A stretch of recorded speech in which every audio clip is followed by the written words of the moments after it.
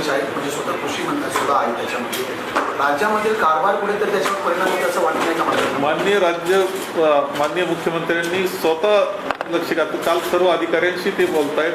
आमचं सर्वांचं सुद्धा राज्यातल्या सगळ्या परिस्थितीवर पूर्णपणे लक्ष आहे आणि कोणतीही अडचण राज्यकारभाराच्या कोणत्याही विषयामध्ये येणार नाही याची खात्री मला आहे. महाविकास आघाडी म्हणून एक जबाबदारी संबंधित मंत्री जे आता जवळजवळ आठवडा होत आला की बाहेर आहेत राज्याच्या आणि आणखी किती दिवस झाले याबद्दल शासनप्रथा आहे, तर त्याचा कारभार काढून दुसऱ्या मंत्र्यांकडे किंवा दुसऱ्या आमदारांकडे देण्याची त्या बाबतीत माननीय मुख्यमंत्री योग्य निर्णय घेतील आणि आम्ही स्वतः सुद्धा मी काल कमीत 4 ते 5 तास मंत्रालयामध्ये होतो.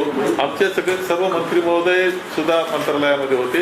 आम्ही सर्वजण योग्य पद्धतीनं काम जे करायचे रोजचं काम ते सुरळीत पद्धतीनं करतो आहोत. कोणतीही अडचण जनतेकरता येणार नाही.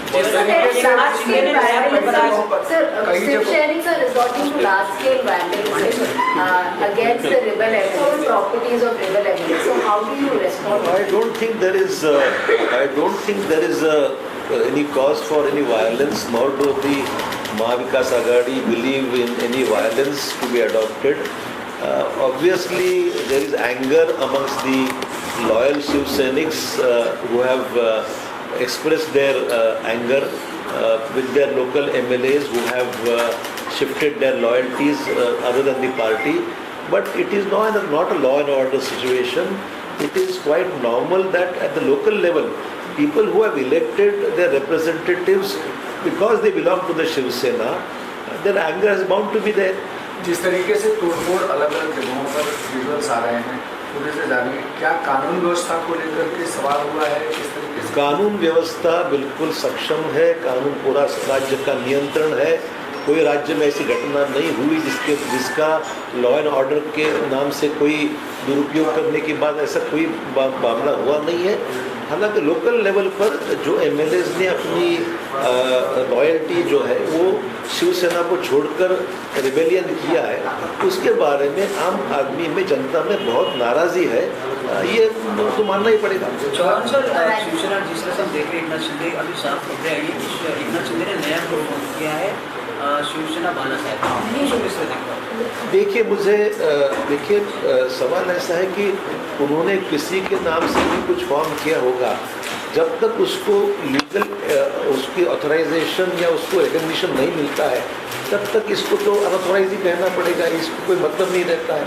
तो स्पीकर के लेवल पर जो कार्रवाई लीगल कानूनी तौर पर अपेक्षित है, वो जब तक किसी चीज़ को रिकग्नाइज नहीं करते हैं तब तक ऐसे गट को, ऐसे ग्रुप को कोई रिकग्निशन तो बाहर मिलने का सवाल ही नहीं. सर, बाळासाहेब ठाकरे यांच्या नावाने शिवसेना हा ग्रुप तयार करणं, याच्याकडे तुम्ही कसं बघताय काँग्रेस पक्ष म्हणून? आणि दुसरीकडे मुद्दा एवढा स्पष्ट आहे, कोणी कोणाच्या नावाने जरी वेगळा गट जरी स्थापन केला तरी जो पण कायदेशीररित्या त्या ग्रुपला किंवा त्या गटाला मान्यता देण्याची जी काही प्रक्रिया उपाध्यक्ष किंवा अध्यक्षांच्या स्तरावर असते, ती प्रक्रिया पूर्ण झाल्याशिवाय किंवा ती प्रक्रिया अवलंबून केल्याशिवाय असं कुठल्याही वेगळं रेकग्निशन त्याला मिळू शकत नाही.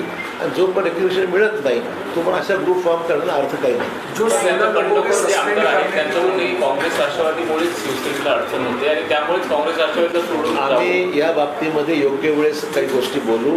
आमचं महाविकास आघाडी ज्यावेळी स्थापन झाली त्यावेळी तिन्ही पक्षांनी एकत्र येऊन भाजपला बाहेर ठेवण्याकरता तिघांचा एकमुखाने निर्णय झालेला होता 2019च्या वेळेस. आणि त्यामुळे या मुद्द्यावर आम्ही आज काही बोलणार नाही, कारण ती उचिती होणार नाही. आमचं सर्वांचं समर्थन महाविकास आघाडीचे नेते यांना आहे आणि त्यांच्या नेतृत्वाखालीच ही स्थापन झाली महाविकास आघाडी. अंतर्गत नाराजी ही इंटेलिजन्स इनपुट होते, गेली वर्षभर नाराजी होती आणि मुख्यमंत्र्यांना माहिती असूनही त्यांच्याकडे दुर्लक्ष केलं, म्हणून ही स्थिती सध्या सरकारवर ओढवली आहे. आम्हाला भाष्य नाही करायचं या विषयावर.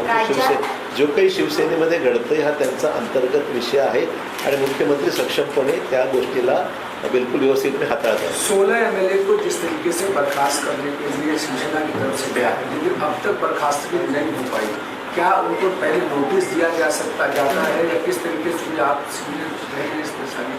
कानूनी? अभी ऐसा है कि ये सब लीगल प्रोसेस है.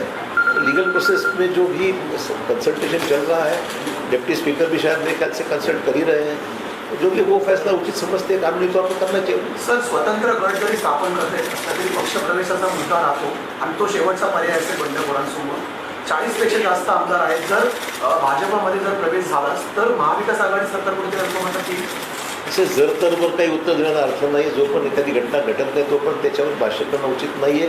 की तुमचा जो प्रश्न आहे हायपोथेटिकल क्वेश्चन आहे. नाही, पण याच्या आडून राष्ट्रपती राजवट लावण्याचा प्रयत्न भाजपने केला हा प्रश्न अनुषंगाने माझा पण प्रश्न असाच आहे की राज्यामध्ये अंधाधुंद आणि संशयास्पद कारभार चालू आहे असं बंडखोरांच्या आडून हा राष्ट्रपती राजवट लावण्याचा प्रयत्न दरेकरांनी आहे. राज्यपालांना दिलेला आहे.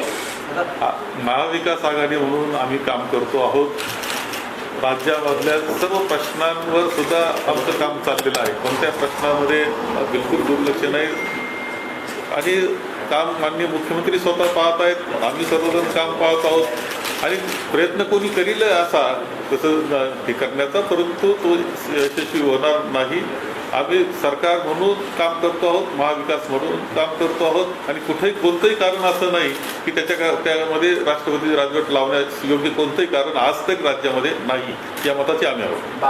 12 MLC के जो पद खाली हैं, क्या दूसरी पार्टियों से भी लोगों को तोड़ करके और उनको ये लालच दे करके कि विधायक अगर सदन की संख्या कम हो जाती है तो बीजेपी की स्ट्रेंथ ज़्यादा हो जाएगी और उनको MLC की टिकट में वापस भेजा जा सकता है. क्योंकि आप लोग लगातार गए थे लेकिन फुलफिल नहीं किया गया.